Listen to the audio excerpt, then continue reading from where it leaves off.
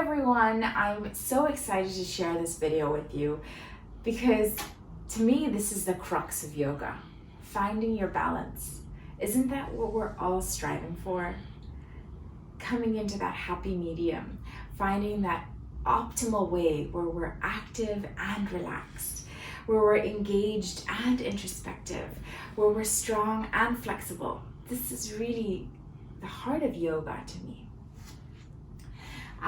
So what we're going to do is, of course, we're going to work into some posture, but let's not stop there, because balance is not only on a physical level, right? It's much, much more important up here on the mental level. So this is really where mindfulness comes in front and center, because we might be in any movement or in any balancing position, but if our mind is somewhere else, then it's just acrobatics. It's not yoga.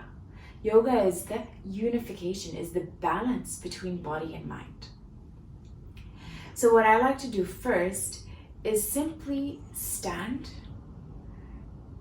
close your eyes, feel the length of your body, breathing up to the crown of your head and breathing down into your feet. And simply sway your body. So feel your body just start to sway. So what you're doing is you're moving your weight from your toes to the heels. And just notice the balance that requires, the physical intelligence that we can trust here. In just this small movement. Then you can gently, keeping your eyes closed, bring your feet hip distance apart. And do the same. Sway right and left. And just honor your feet. They keep us upright, they keep us standing, they keep us walking, they keep us moving all day long. This is our foundation. These are the roots here. So just honor all the bones, all the muscles, all the tendons that connect from our feet to anchor us. So once we feel that movement, forward and back, right to left, now we start to feel more centered. So we explore our range and then we come back to the epicenter. And that epicenter of silence, that quiet. So let's then deepen that sense of quiet, really dive into that epicenter by coming into a balancing position. Standing with your right foot heavily onto the floor, and then your left foot will be lifted. So press your foot into the floor, and then press your left foot into your inner thigh. So what you do, just like we did with the upper back and the neck, shoulder exercises where we were using equal and opposite forces, we were using isometrics and resistance. Same thing, you're using the same principle here. You're pushing down into the floor and you're feeling the floor resist you. You're pushing into your thigh and you're feeling your thigh resist the foot. And that keeps it locked, that keeps it in place and keeps it steady. So once you find that steadiness, you can lift. Yeah, you can bring your hands to your heart center. You can bring your hands up. You can also bring your hands wide, depending on what you feel and what your body wants to do right now. The key to a balance is also to bring your attention to your big toe. The more grounded your big toe is, the more heavily anchored your whole pose will be. Yeah? And then you breathe and you trust in your physical intelligence. So once you find that place where you can anchor, then you rest into it. Don't hold that tension, don't hold that tightness. You rest into it. Then take your time, switch sides. The harder the surface is, the easier the balance is. So if you've ever tried doing like a balance on a beach, it's uneven, it's soft, it's much harder than on a hard floor. So just like we did with the hip opening video, where we extended out the hip, you want to do the same thing here. You want to extend out the hip so the knee is wide and the hips are facing forwards. The shoulders are open, the back is long, and you're breathing exactly as we've done, and we've continued the same breathing exercise from the first video, from this stress busting video. You want to inhale all the way up to the crown of your head, exhale all the way down into the sole of your foot.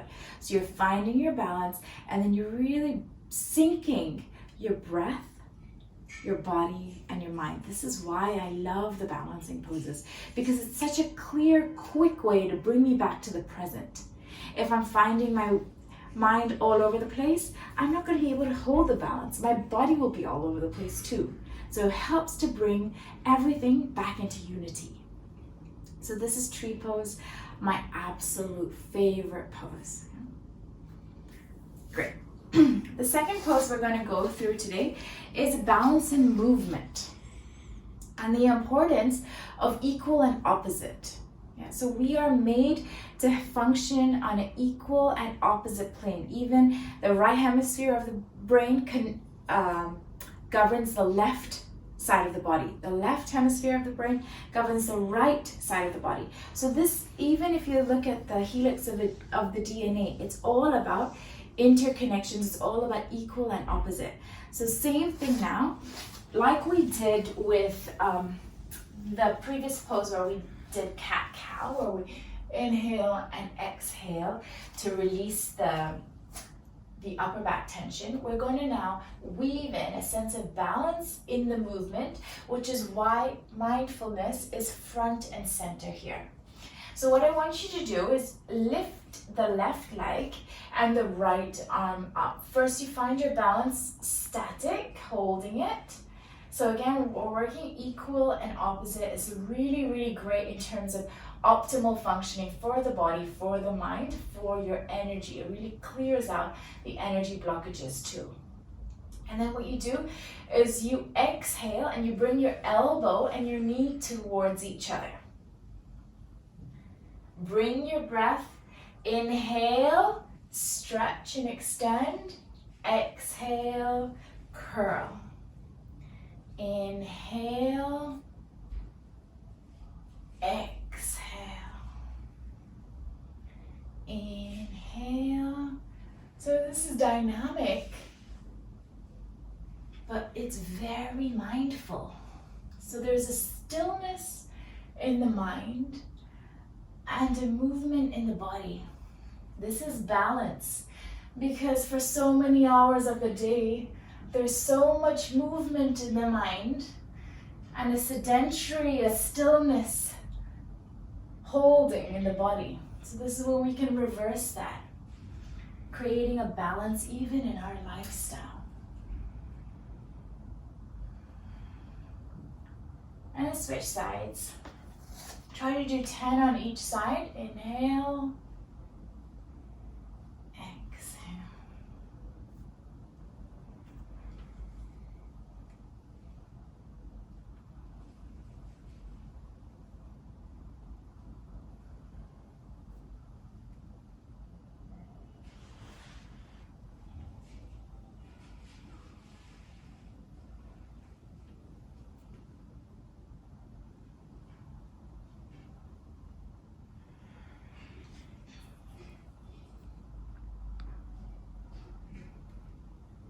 Have the gaze, the breath, the body all connect.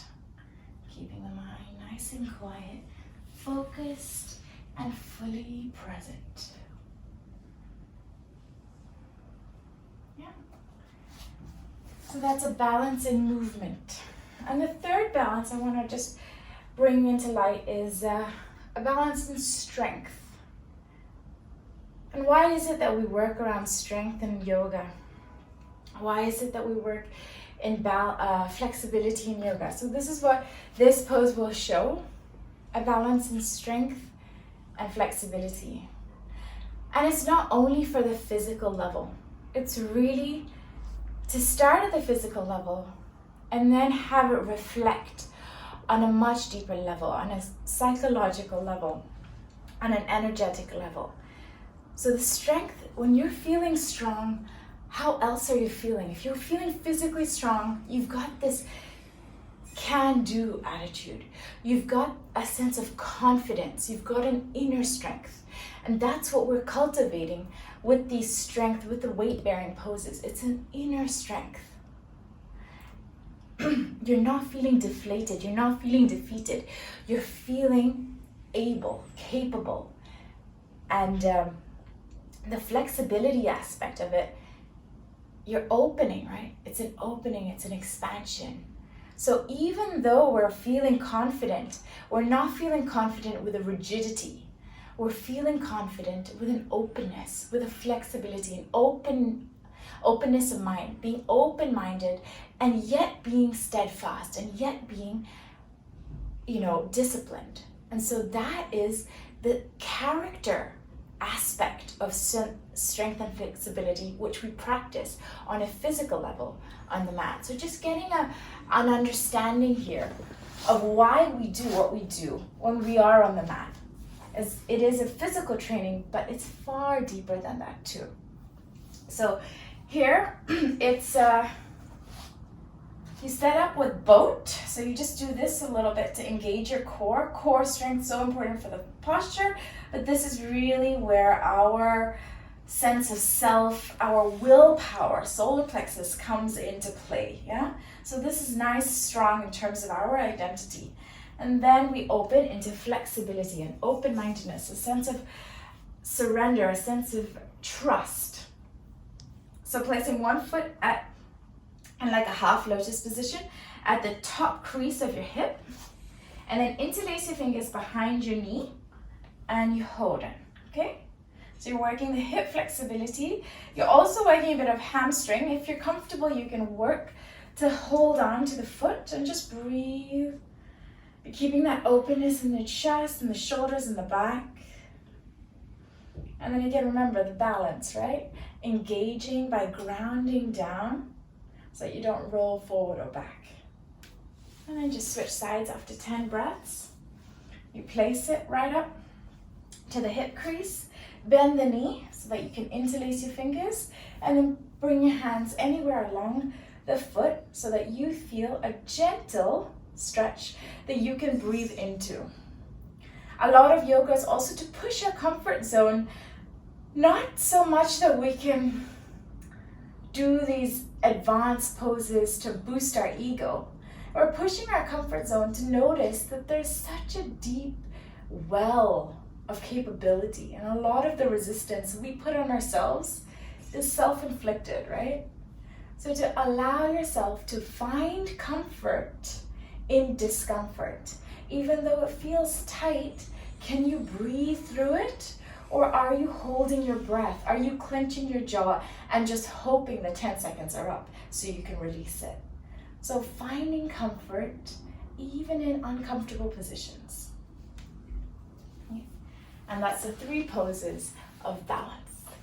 Love your practice, and your practice will love you. Namaste.